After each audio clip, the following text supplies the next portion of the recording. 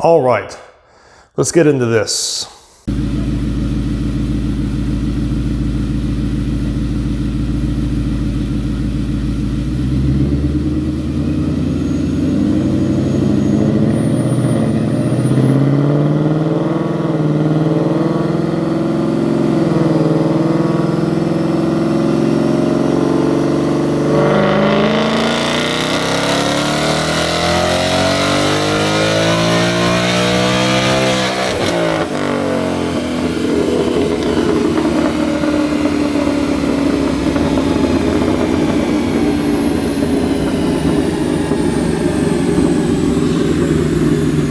So as you can see, I finally got the car dynoed. I actually went in to get the oil change for the first time in the supercharger. The dyno was open. It was $100 for 2 pulls. I was like, you know, why not?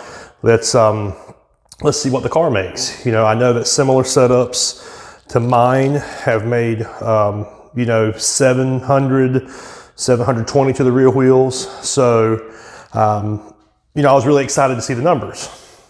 Well, as the title of this video suggests, my numbers were not 700. The first pull on the dyno, the car made 578 rear wheel horsepower. 578. You have full boat-ons running E85 that make 500 to the rear wheels. So a supercharged Coyote should be making much more than that. And what was interesting was when we started to look at the dyno graph. Now, let me go ahead and fast forward to say that when we ran the car again, we let it cool off for about 30 minutes. It picked up about 50 horsepower, but the dyno graph still looked the same. So let me show you what the dyno graph looked like and kind of what the questions were at the time. So if you look, like most centrifugal superchargers, you will see when the car starts, you will see the line start to increase with RPM. Now, what's interesting is once you get to here, this is right around 6,500 RPMs. Look at how it starts to drop, the horsepower numbers, and they go drop, drop, drop. So that tells us that the car is pulling timing. So, good gracious, why would the car be pulling timing? Well, you know, the initial thought was bad gas. If the gas isn't good, you know, not all 93 is created equal. If the gas isn't good, once the car gets into the higher RPM ranges, the NOx sensors will stop pulling timing because the gas is bad. And so that's kind of where the thought process was. And like I said, ran the car again that same day, 642 horsepower, 512 rear wheel torque. But once again, not in the 700 range that it should be. So I did some data logging, sent it to Lund Racing, who, you know, once again, if you guys have listened to any of my videos, you know I'm a big fan of Lund Racing. Talked to them and they're like, yeah, it looks like you're getting bad gas. Because when I went back, because I can actually read the numbers of the NOx sensors on my Engage, and then when I ran the data logs, I went back and looked at them. So one data log I did was just what the gas I had in the tank. Then I went in and put in some octane booster and ran it again. And as I predicted, you know, once you get into the higher RPM ranges with the octane booster, it's not pulling timing, it's adding timing. Significantly adding timing. So thinking to myself, well, there you go. It's you know, just every gas station around here that has 93 must just be garbage, right? But the car, and I'll do a later video on this, the car was making, the supercharger is making this whining noise, which has absolutely nothing to do with a pulley or anything else. It's not part of the car. The car's not making it, it's not a belt. And once again, I'll make a video on this later. So I decided to take the car back to the shop where I got the supercharger installed and get them to look at that whining noise and get them to look at the reason that the car isn't making the horsepower that it's supposed to be making. And here's that video.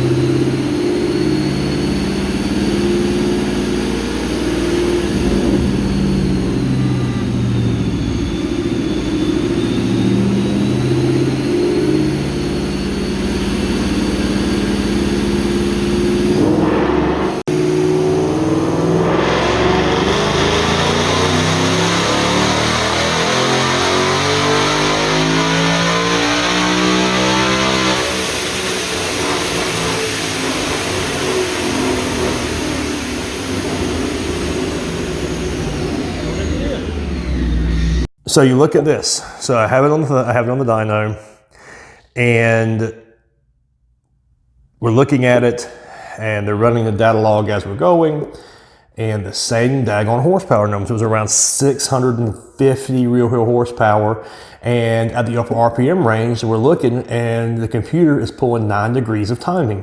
Holy cow, why is it pulling 9 degrees of timing? You're seeing the exact same horsepower curve. And if you look,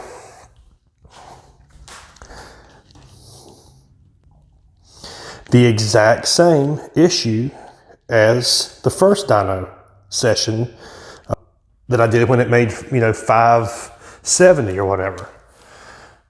So we established that it's not a gas problem. So what is it?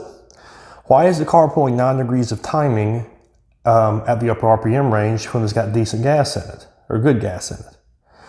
And this will be my only complaint about doing tunes through email as opposed to doing it in person. What we found out is that the knock is coming from the passenger side catalytic converter. So apparently, 1819 Mustangs, I'm not sure if it's all Coyotes or if it's just the 1819s, are notorious for the catalytic converters going bad and going bad quickly. Now this car only has 19,000 miles on it. And apparently when the car is supercharged, it causes that catalytic converter to go even faster. So, because it was on the dyno, because the tuner was there, and we were trying to figure out what was going on, he was able to actually take temperature readings of each cat on each side. And the passenger side catalytic converter was running at 100 degrees higher than the driver's side, which was causing knock, which was causing the computer to pull timing. So think about that. So not a gas issue, an actual mechanical failure in the catalytic converter that is causing the car to pull timing and pulling the horsepower numbers down. Once again, I love email tunes, I love Lund Racing, but I don't think without actually being at the shop and for the tuner to be able to see that, we would have diagnosed it, and I would have fallen down a rabbit hole trying to fix it. That was never going to be fixed. Return style fuel system, maybe a different fuel pump. I mean, none of that would have made a difference. So what's the solution? Well, it's what I was going to do already. I'm going to replace the headers. I'm going to replace the headers with capless headers that connect right to my exhaust. I'm going to go with stainless works. And hopefully that should resolve the issue with the knock in the car and it pulling timing. And so once we kind of figured that out, we did go ahead and add some octane boosters to see. And yes, it did have a difference. The car did make 677 horsepower to the rear wheels, 544 pounds of torque. But once again, you see that line. And that line should continue to go in a curve as the engine's RPMs continue to climb. So sometimes when you're diagnosing something, it definitely is not what you think that it is. So we're going to go, they're having some really good sales right now on the headers. Probably going to go ahead and buy them. So you're looking at about, I think the sale right now is about 720, I think. For headers, it's 500 to get them installed. So, you're looking at, $1,200, $1,300 right there. And I think they're going to want to put it back on the dyno once it's done. But yeah, I had no idea that the catalytic converters on these cars went bad so quickly. I had no idea that a catalytic converter would cause knock and pull timing. So there you go. So I hope this video was a little informative. It's really been interesting. This has been good gracious. I've been dealing with this for probably 2 months now. I can tell you that the car has never felt like a 700 horsepower car. I know if you look at, there was a YouTuber, I think his name is Matty, I can't remember, but he drove a 2018 white Coyote with a Vortech, and he made 713 to the rear wheels, and I'm pretty sure that he had stock exhaust and everything else. So, this just never felt like a 700 horsepower car to me. So when I got that first dyno number and it was like 570, I was like, very disappointed. especially when you spend $8,000–9,000 to supercharge a car. But it made sense because it didn't feel like that. So hopefully beginning of the year, we're going to get her back in the shop. We're going to get this taken care of and, be ready to hopefully for Mustang week. And I think that's when I go back and get the headers put on, I'll probably also get that max race blow off valve put on. And at that point, other than getting a better set of tires for the rear wheels, because I could tell you that even at 570, these tires that I have, these Nittos, are not hooking. So once I get these replaced, I'll probably go with the RR2s, I believe. I can't remember. Or I'll just end up buying a set of Toyota Proxy R888s. Because there's no point in having all this real horsepower if you can't get it to the ground, if all you do is sit there and spin. It's no fun. But that's that. If you have any questions, ask.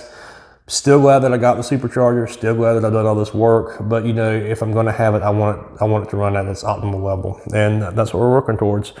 Thankfully, I've got a really good shop, even though it is 3 hours away. Sometimes the best is a little inconvenient.